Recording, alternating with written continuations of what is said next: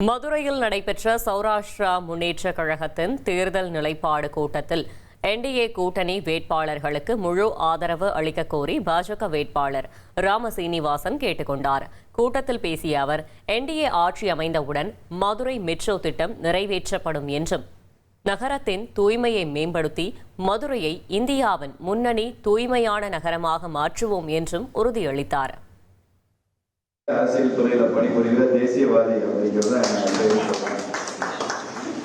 அதனால சௌராஷ்டிரா சமூகமும் தேசியவாதத்தில் ஊர்னவங்க, தேசிய சிந்தனையில ஊர்னவங்க. அதனால கற்றாரை காமுறுவர் அப்படின்னு தமிழ் இலக்கியம் சொல்லுது. அதனால தேசியவாதிகளே விரும்புவார்கள் என்பதனால்தான் இவ்வளவு அன்பு, அட்டாச்மெண்ட் எல்லாமே இருக்கு. ஏற்கனவே நாடாளுமன்ற தேர்தலையும் சௌராஷ்டிரா சேம்பருக்கு நான் வந்திருந்தேன்.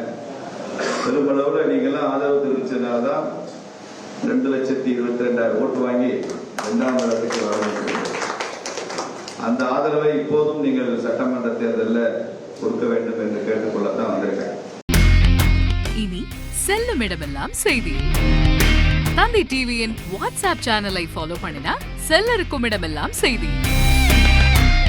இதோ QR கோட், இப்பவே ஸ்கேன் பண்ணுங்க, ஃபாலோ பண்ணுங்க.